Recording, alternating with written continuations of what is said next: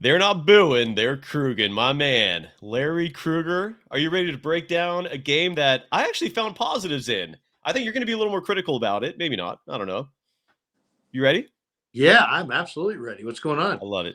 We're going to take questions for people that jump in for the live stream. Shoot away.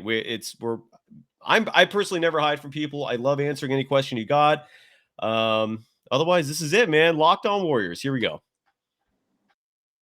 You are Locked On Warriors, your daily Golden State Warriors podcast. Part of the Locked On Podcast Network, your team every day.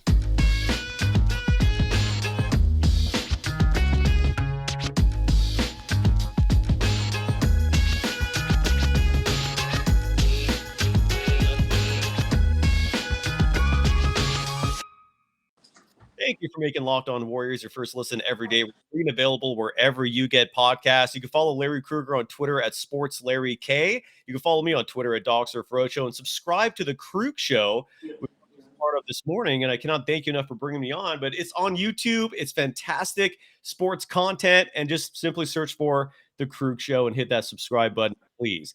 Larry, it's so weird because to us this is going to be completely redundant because we did a version of this on your show this morning. The audience, for a lot of them, it's going to be brand new. I'm going to ask you this time first. What was your take from that close but unfortunately disappointing loss for the Warriors last night? Well, I mean, Phoenix knows how to finish, and they're playing efficient basketball down the stretch, and they know how to execute. And the Warriors have been in this spot time and time again. And it's like they don't know how to execute at the end of games. They don't know what they want to do. They don't execute on a high level. And that, you can win games against teams that also don't execute, but you can go up against a Phoenix team with the best record in the league and Chris Paul, who has an ability to square his shoulders and get really good looks in the last 2-3 minutes of the game. You're going to have to execute, and they didn't, and they lost. Yeah, and Draymond Greene mentioned this, I think, in the post game. He said, we don't celebrate moral victories here, but if there was ever a moral victory, I feel like that game was it. Simply because we learned that Draymond Greene is not dead in the water. We learned that he could actually still contribute and play at a high level. I mean, the rust was there, the timing wasn't there.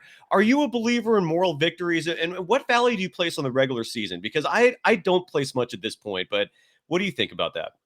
Well, it depends what team you're talking about. If you're talking about a team that's never been there before, then maybe you put credence in the regular season.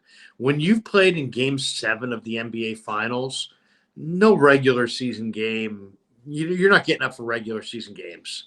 And that's where the Warriors are at. Yeah. Their entire coaching staff, most of the players in the team, these guys have played in the finals. So they're biding their time, waiting for the regular season to end.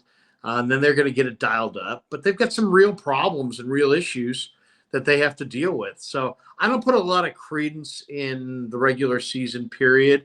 I think there's glimpses in the regular season. I think we got one on Christmas when the Warriors went to Phoenix and beat the Suns. But a lot has happened since then, and most of it's not been good for Golden State. So, I'm hoping they can circle the wagons, get Steph back, a couple moral victories in the regular season, and get ready for whoever it's going to be in the first round. But I'm skeptical that they can flip that switch. The skepticism, I think, is very valid. Me personally, I'm not overly concerned about flipping the switch thing because I feel like if we've learned anything from the Warriors this year, it's that all it takes is one great game and all of the ills are forgotten. To put in perspective, like last night's game, for example, against the Suns, if they had actually won that game, I think all everyone would be doing today is praising this team as being back. They beat a Suns team without Stephen Curry, and they came this close. So I don't know. That's my take on it. What do you think is ailing this team? Take away the Stephen Curry injury because that's an obvious one. Let's say Steph comes back, and we've seen this team for the last 3 months now struggling. I think at any point, if anybody wants to chat, I'll happily welcome you in. I don't know what iBasketball TV is referencing in terms of the huge game on Saturday. I'm guessing the Final Four, because the Warriors, I don't think, play till Sunday. But so I don't know what that means. But what in your opinion, what is the problem with this team? Like besides injuries, like what can they do to improve from your perspective as someone who, and again, one thing that's interesting about you, Larry, is I think people connotate you a lot with football because you cover the Niners incredibly. You're a former NFL scout. You've obviously, everyone considers you synonymous with the Giants between your fandom, between the decades you cover that team. But what people don't realize is that as a basketball aficionado, which you are, you also play the game. You've covered the Warriors as long as anybody. So your insights are incredibly valuable and incredibly useful for any fan. What is ailing this team, man? Like, what can they do to turn things around besides the obvious, which is injuries? Well, I mean, it's been, there's a chaotic feel to this team because the rotations are not consistent. They don't have their guys healthy. They haven't logged those minutes on the floor, to really gel together. So we're seeing kind of two editions of the Warriors. We're seeing the kind of the first edition with Klay and Steph and Draymond, and they're having a hard time just staying on the floor and logging even, a couple games together. And then you've got this young core, that's really coming on. Jonathan Kuminga and Jordan Poole and Moses Moody. And yet, sometimes you get the feeling like they still like Kerr is not totally bought into, really emphasizing his young players because he's got this older crew of players. So, I mean, they were obviously waiting for Wiseman to come back. I think their biggest issue is that they're tiny. They're a small basketball team.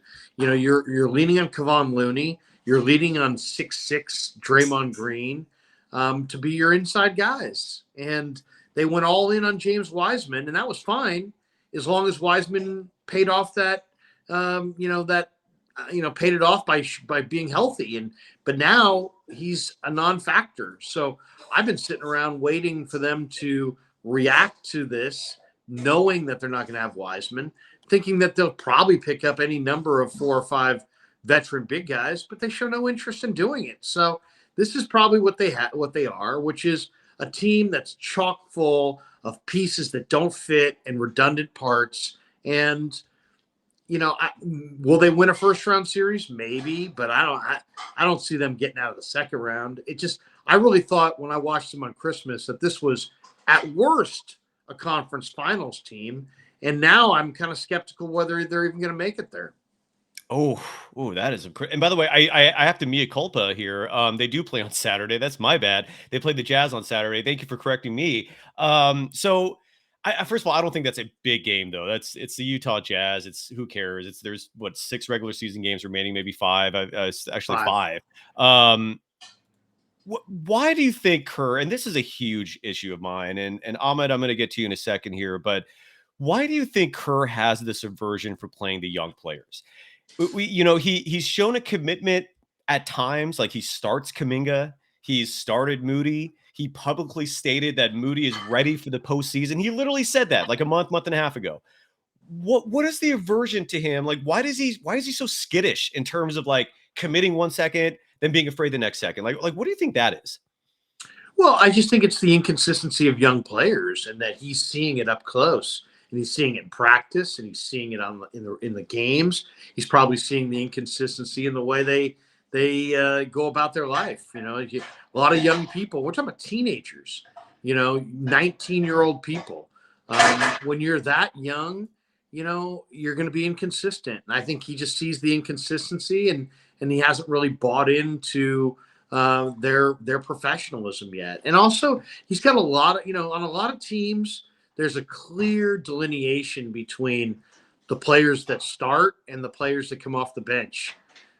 On this team, when you take away Steph and Klay and Draymond, the starters, the guys coming off the bench, I mean, these guys are all quite similar. And I think that there's not a clear mark of like, hey, you're the 1, you're a 2. So it would be nice. It would be nice if they had, a clear pecking order, but you've got some ascending players, you've got some descending players, and you're just trying to navigate your way through the regular season. So I just don't think he's got a real conviction that he can rely on Moody or he can rely on Kuminga. And, I think that's a big problem. I don't think those players have built their trust. Yeah. I don't think they've got a great trust yet with the coaching staff. I'm with you, man. I feel like I gave you my best stuff this morning when I was on your show. And again, people can subscribe to Larry Krueger's podcast and show by just going to YouTube and searching the Krueg Show. It's fantastic content. And we just did a great hit this morning. I quickly want to one more time, basketball, and then I'm going to move on from you. You disagree in terms of the health. We covered that. And I agree. Like, the Warriors started this season 18-2. When they won on Christmas Day, and Larry, you and I were like just all on board with this team because they beat a borderline fully healthy Suns team. They certainly weren't missing anybody of importance. I mean, Frank Kaminsky, God forbid he's missing a game. That Suns team was stacked. That Suns team was ready. They wanted to win that game, and the Suns went into Phoenix and gave them an ass beating. They won handily. And I think everyone at that point was very convinced this Warriors team is the team to beat for the world championship. You had a lot of national media people jumping on board, and now we're seeing a lot of them jump off, and maybe rightfully so. But no, I still have faith in this team. And after we give some love to NBA Top Shot, we're going to break a lot more down because the Kuminga thing is bothering me. I'm tired of seeing Bielitsa out there. I get it if it's an absolute necessity, but with Jonathan Kuminga on this roster, I don't think it's a necessity anymore. And we'll get into that in a minute. But dude, Larry, are you familiar with NBA Top Shot? No. So this is, I'm so glad you said no, because now I can explain the whole thing as an advertisement. NBA Top Shot is the officially licensed NFT of the NBA. Larry, you and I grew up. I'm sure you were a baseball, basketball, football card collector. So was I. One of my great joys in life was running to the local liquor store / baseball card shop and negotiating with the weird looking borderline possible pedophile behind the counter who was selling his baseball cards. And all the prices were based on the Beckett guide. And I still have those cards. I don't know if I'm going to sell them someday or pass them down. But do you have a baseball card collection, by the way? Like, do you have a little treasure chest of your own? I mean, I haven't collected them since I was a teenager, 13, 14. But yeah, dude, I got football cards. I got basketball cards. Heck, when I was a kid in like the 3rd grade, I traded all my Star Wars cards for like great baseball cards. And the kid's mom called my mom that night and made us trade back. Oh, no. Yes. He's like, yeah, Larry took, Jerry's all of his good baseball cards for a Princess Leia card. And my mom's like, you're gonna have to undo that trade tomorrow. I'm like, what? I don't want those Star Wars cards. Well, your friend's parents knew what was up to put the kibosh on that trade. But today, man, as you and I know, times change, dude. And either you adapt or you die. As I don't know who said that. Did Bob Myers say that? I forgot who said that. But today, it's all about NFTs. And NBA Top Shot is at the leader of the modern trading card. I'm sure traditional ones still exist, but now, thanks to blockchain coding, you could actually own moments, you could own photographs digitally that are exclusively yours. And NBA Top Shot is the future of what being an NBA trading card fan and just an NBA fan in general looks like. It's part trading cards, part stock market where the value goes up and down, and it's part fantasy sports with a built-in loyalty program. Michael Jordan's a huge investor in this thing, as well as a lot of other big names. And if you sign up today for NBA Top Shot, the best way to start is getting yourself a starter pack. You can pull a moment of a superstar like LeBron or KD or Stephen Curry, or star rookies like Cade Cunningham, Evan Mobley, or Jonathan Kuminga for just $9. Head over to lockedon.nbatopshot.com to start building your collection today. You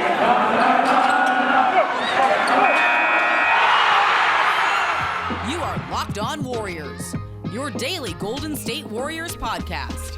Part of the Locked On Podcast Network, your team every day. Thank you for making Locked On Warriors your first listen. For your next listen, check out the Locked On Now podcast, nightly recaps of every NBA game with analysis from our local experts. It's free and available wherever you get podcasts. He's Larry Krueger. You can follow him on Twitter at SportsLarryK. You are a legend, sir, in Bay Area sports and more. Such a thrill to have you on, my man. And you can follow me on Twitter at DogSurfRoadshow. Dude, and I want to get to some of the chat questions here. Like, for example, here, or at least the commentary. This is Disraeli, and I apologize if I mispronounced any names here, saying we should have won this game without the unnecessary, not provocated errors of the Dubs. You're right. And Larry, we talked about this on your show earlier. Draymond Green's costly turnover at the end. I'm still highly encouraged at the fact that Draymond Greene, again, is no longer dead in the water. We're no longer talking about him off the air on phone calls and text messages, that maybe it's time to trade a guy who's 32 years old with a bad lower back while he still has some value. He showed us last night he has value. That actually drastically boosted his trade value if we still want to trade him. But, and that turnover was not a big deal to me. Otto Porter Jr. should have made the cut. These two players have only played together for 3 months. The timing will come. There's only 5 games, and that's, I guess, where the importance of that Jazz game comes in. But Jonathan Kuminga is a player that I think is ready to play meaningful minutes. And you're right. The player, you mentioned the bench and you mentioned what coaches decide on. To me, the players that are in the closing minutes of a game is who the coach trusts the most. Clearly, he doesn't trust Kuminga right now. Clearly, he doesn't trust Moody right now because we're not seeing them finish games. But I sure as you know what would prefer and think Jonathan Kuminga is a vast upgrade on the court over Bjelica. The only advantage Bjelica has is age. He doesn't have a lot of postseason experience. He doesn't have a lot of experience playing in big games. He just has experience. And Jonathan Kuminga is such a vastly superior physical athlete than Bjelica. They're almost the same size. Am I talking crazy here, man? What are your thoughts on just the general rotations with the Warriors, including Kuminga and everyone else? I mean, I liked the Bjelica addition in the offseason because I thought it gave them a big man who could shoot the perimeter shot. I mean, he's a stretch 5, but as soon as he's on the floor, it's pretty clear that the game plan is pick on Bjelica.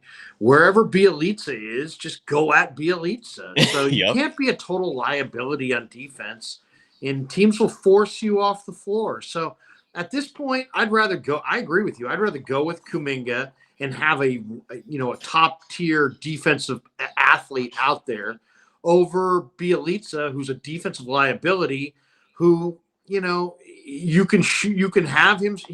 In theory, he can stretch the floor, but he's like the third or fourth 3-point option on this team. So there's only certain lineups you really even want him shooting that 3, and he's always a defensive liability. So I agree. I'd rather see Kuminga. I think he would give you more overall on both ends of the floor.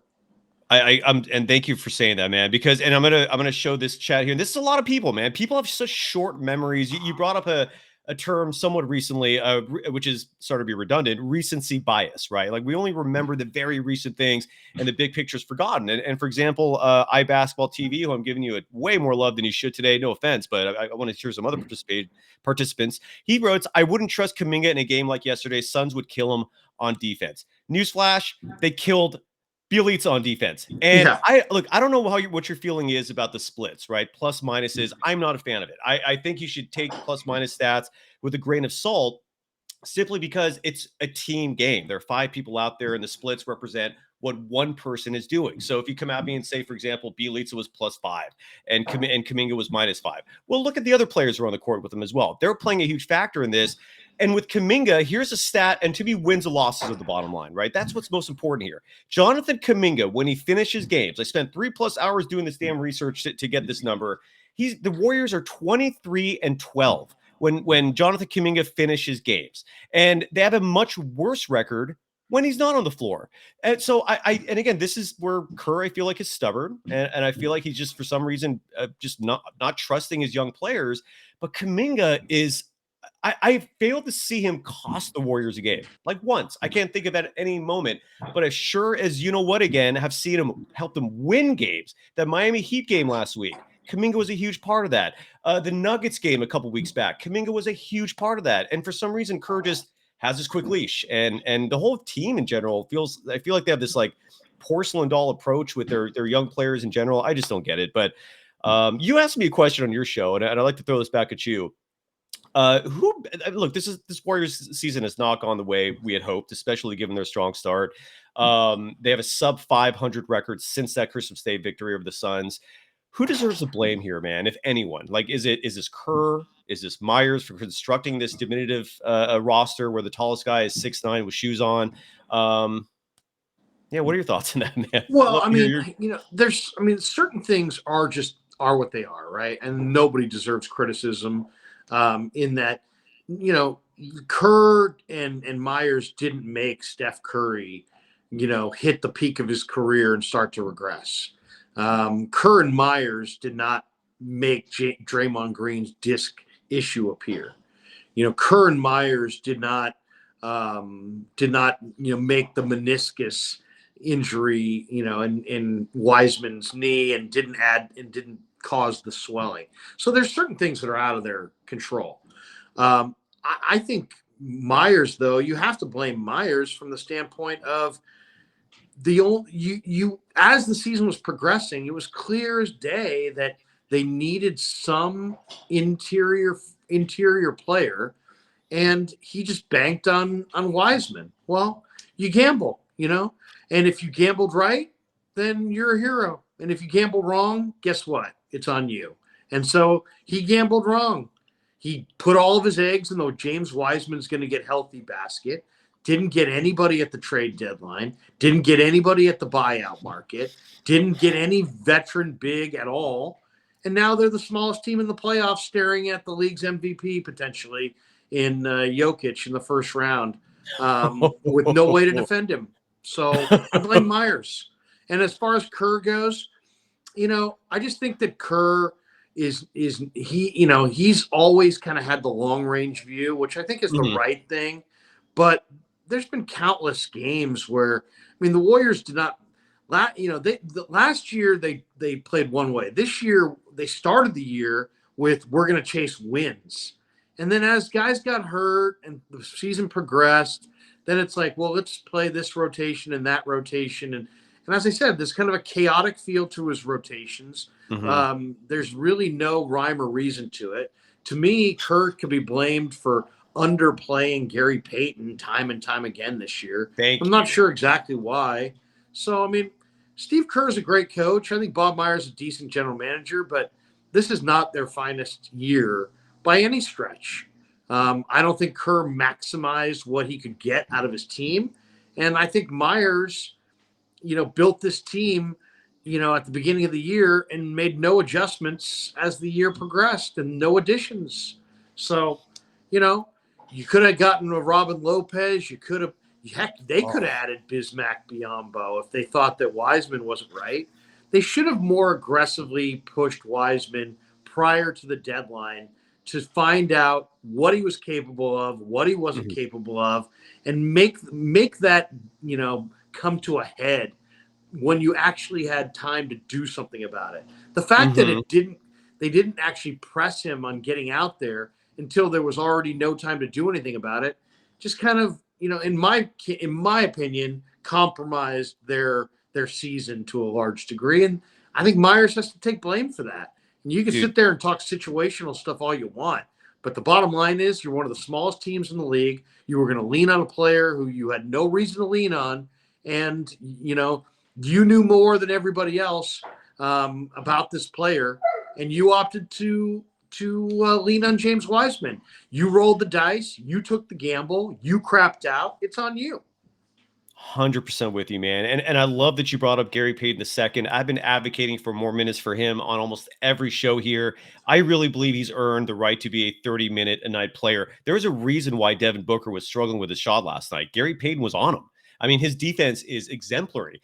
You also said something that I would love to talk about, which is that Steph has regressed.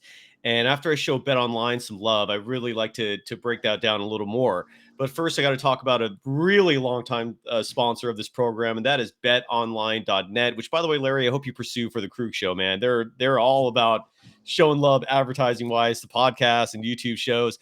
And look, college basketball is winding down, but you can still bet on it. The Final Four is this weekend. I believe the national championship. I haven't looked at the schedule. I think it's Monday. So college basketball has determined the top teams for the Final Four. They're going to determine it, and you could bet on it, and you could get all the information you need with betonline.net. They're your number one source for all your betting needs and sports information, from all the latest odds, contests, and player props. You name it, BetOnline remains the best spot for all of your latest sports developments, including podcasts and reviews for all the leagues this season. And it's not just hoops. BetOnline is your continued source for all your sporting wagering information needs, including live betting, which is a new fantastic facet of gambling, which I'm starting to get into a little bit here, and your favorite Vegas casino games. Head to the website today or use your mobile device to learn more about the trends and action. Bet online. It's where the game starts. You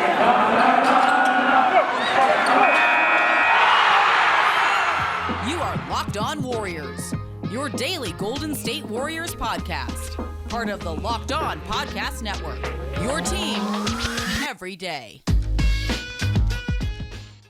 Thank you for making Locked On Warriors your first listen every day. We're free and available wherever you get podcasts. You can follow Larry Krueger, Bay Area sports legend, on Twitter at Sports Larry K. You can follow me at Dog Surf Roadshow. I want to quickly show this message because we are addressing the public right now. All you got to do is just simply send a message through our YouTube live platform. Amit Jason, and my apologies if I mispronounced that, wrote, "What do you think about clutch time execution? Is it a concern?" Larry, what do you think? How could it not be? I mean, how could it not be? I mean, you know, the Warriors look lost at the end of games. They've had this road trip was an embarrassment.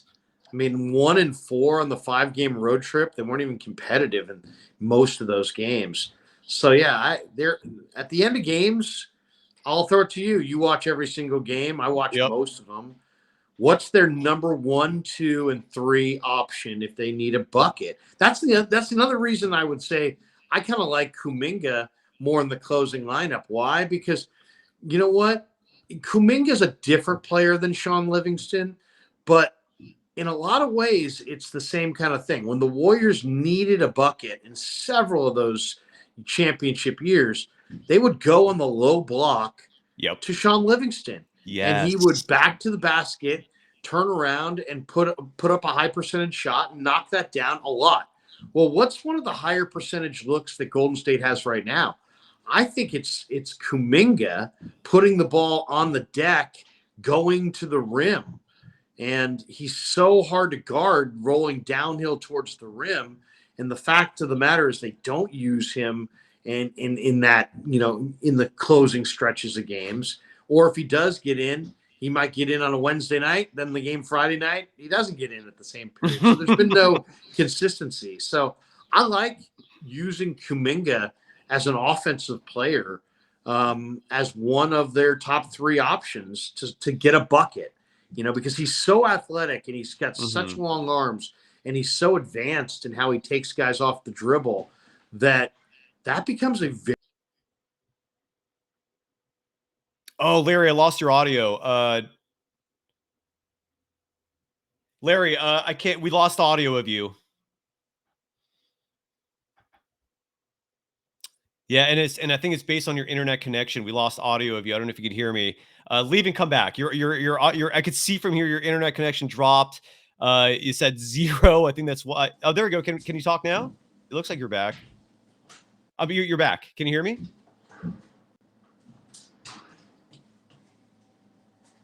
Oh, you can't hear me. So leave and come back. Just leave and come back.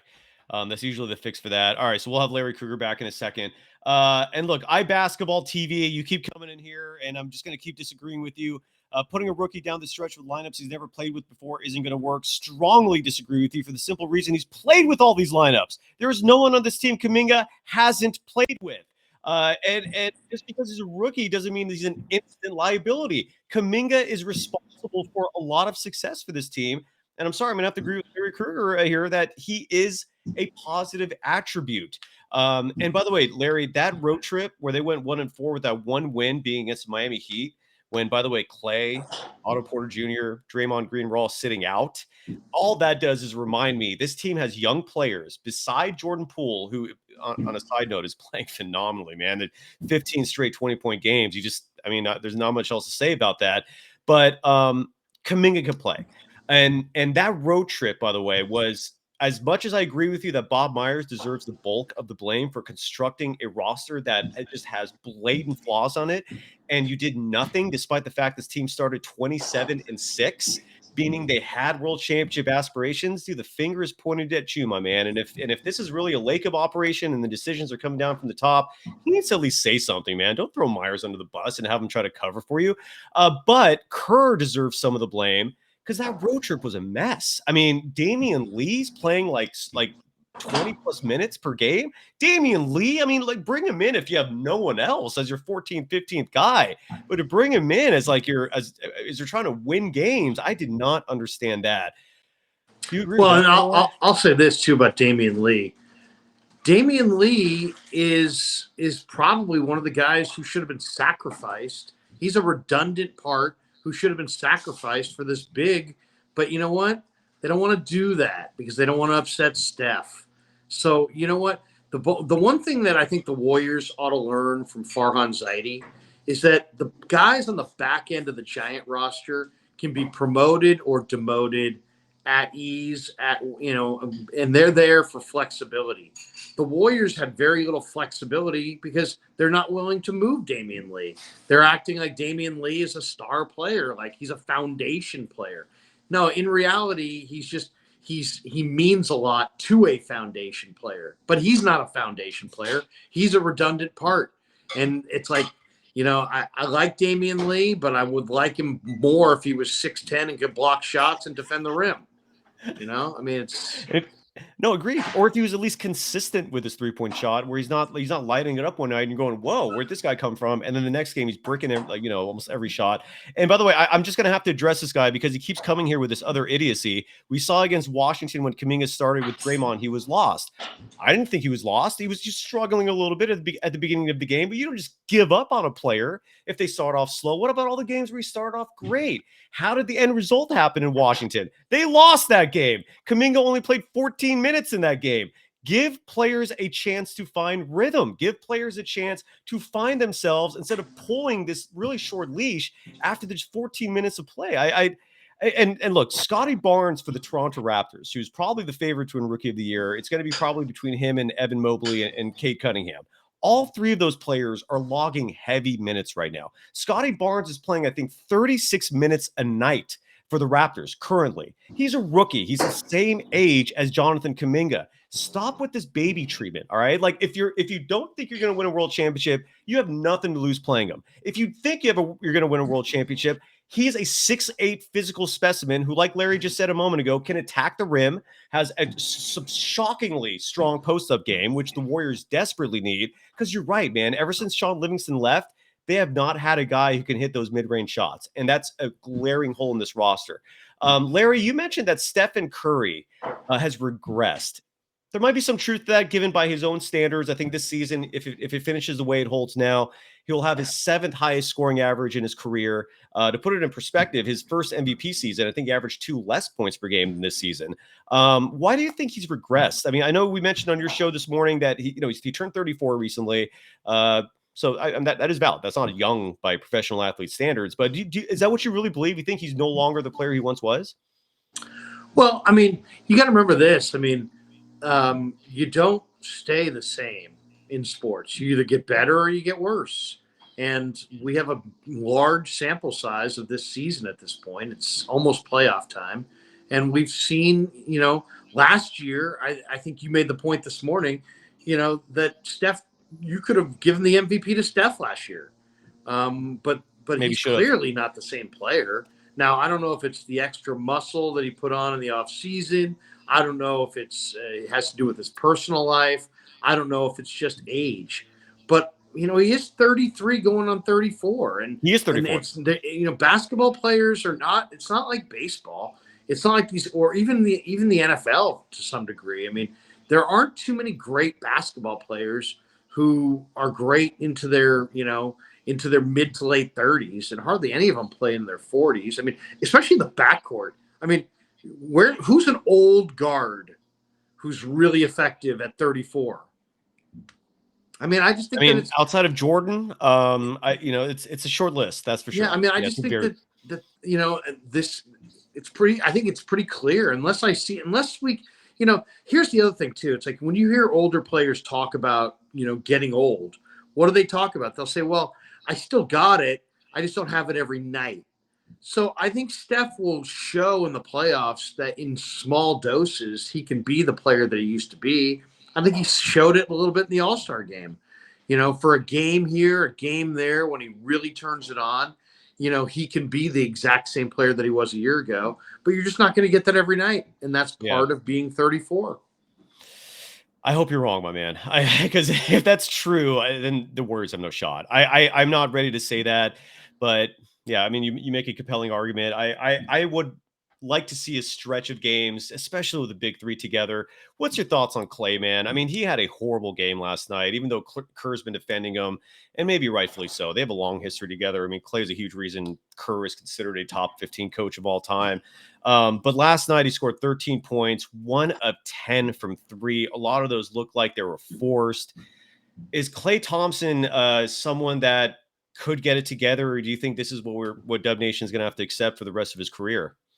It's so hard to say, Cy, because I think Klay is the ultimate rhythm player, and I just don't think we've seen him find his rhythm. And you take that long away from that kind of time away from the game, and I think it's not your rhythm's not established that quickly. And then you change the surrounding cast, and I think that contributes to things. So I think he's lost a little rhythm on offense. Yeah. And I think he's lost a little lateral quickness on defense.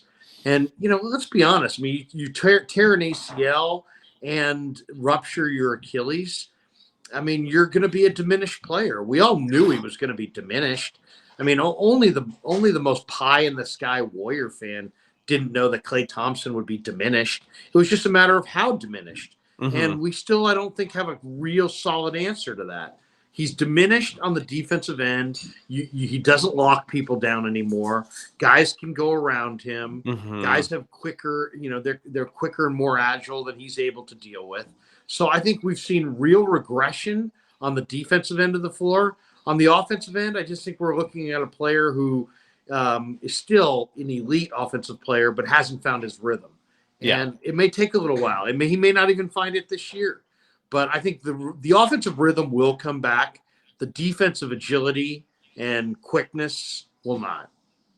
I'm with you. That's the one thing that really, and it, for some reason, I don't know if it was just, hopeful optimism, if I was blinded by my fandom of this team, but last night was the first time I saw Klay defensively and thought, my God, this guy who was once a stopper cannot stop players anymore, man. People are blowing by him, and that's a problem. In your opinion, Larry, let's say for the sake of argument, everyone's healthy. Steph comes back, and maybe he's regressed, maybe not, but Steph is Steph, and they have a full lineup.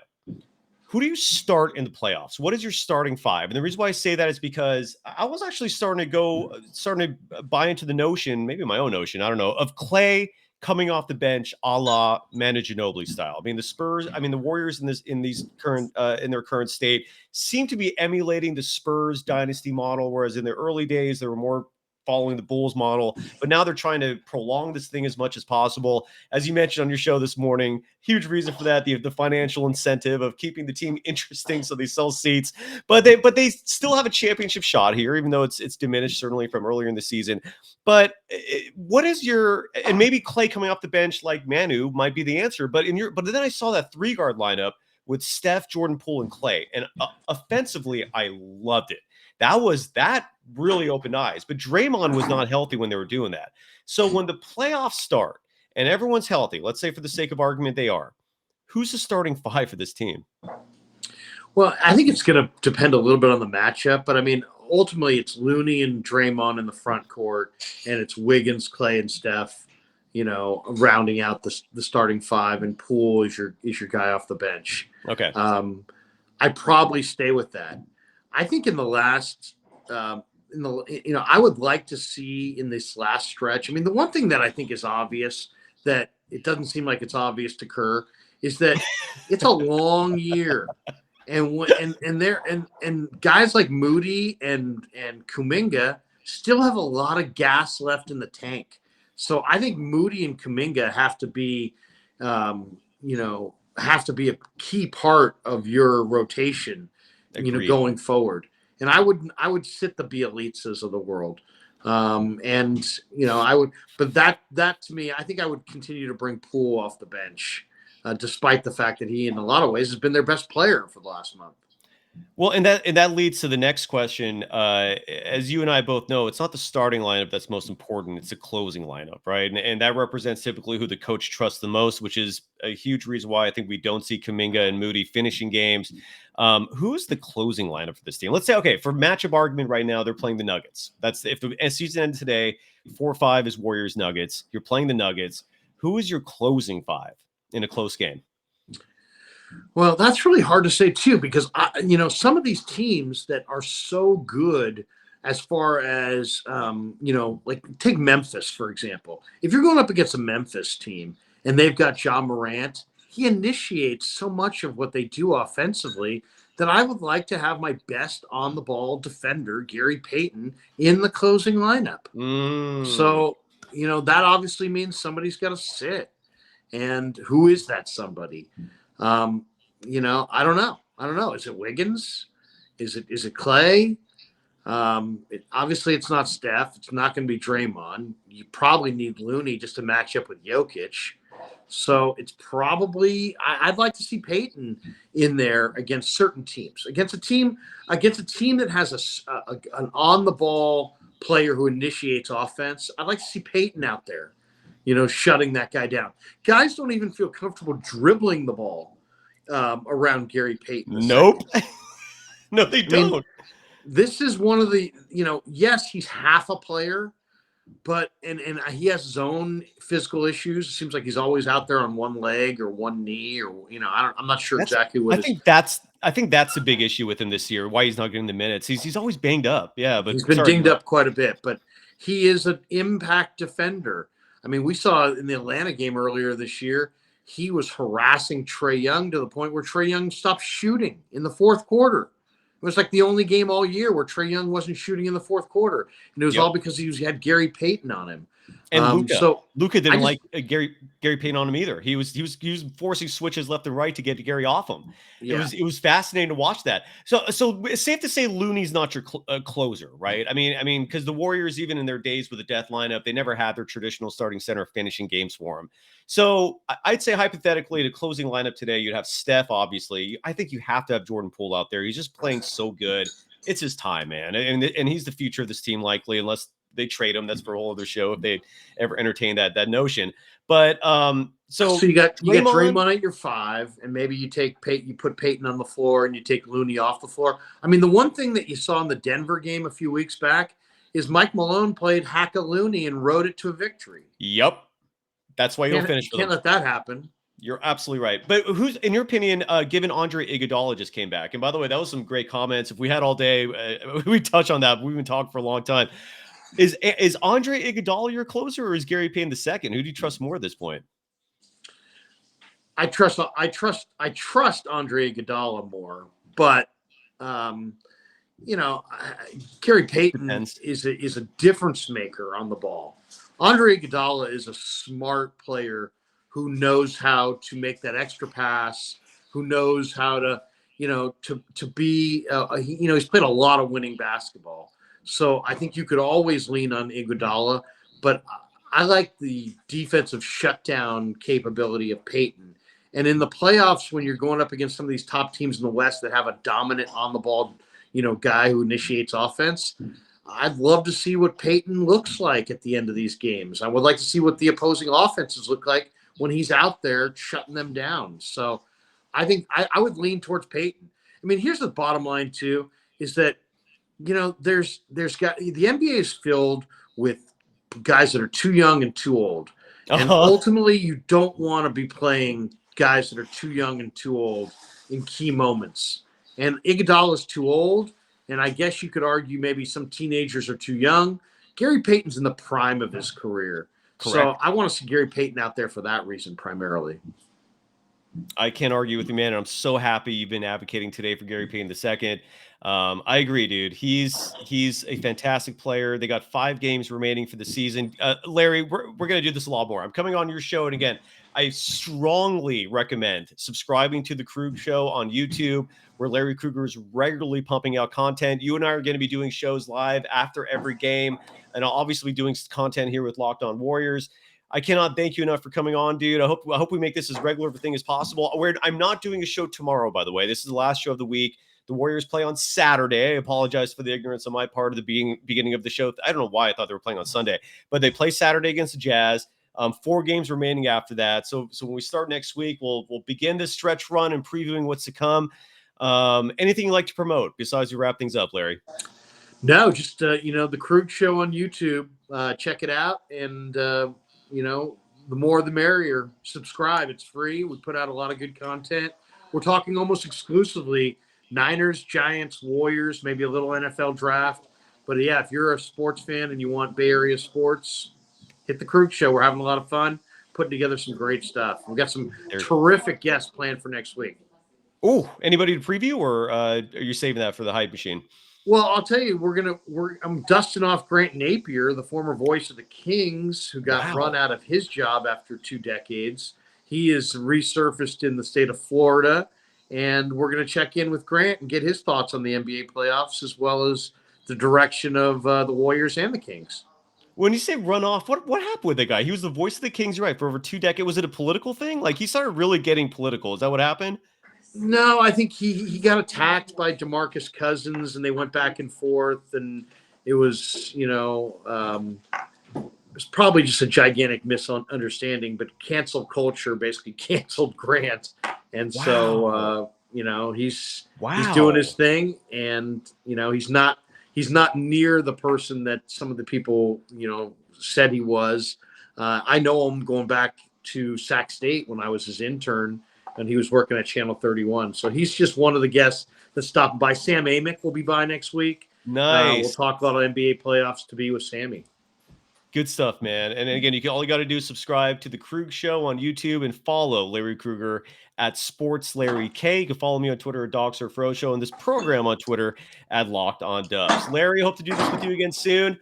Always a pleasure. And again, for everyone listening or watching, no show tomorrow on Friday. So the next show will be Monday. Dieter's off in Europe, gallivanting. I'm going to take a day off with the wife. I'm sleep deprived, man.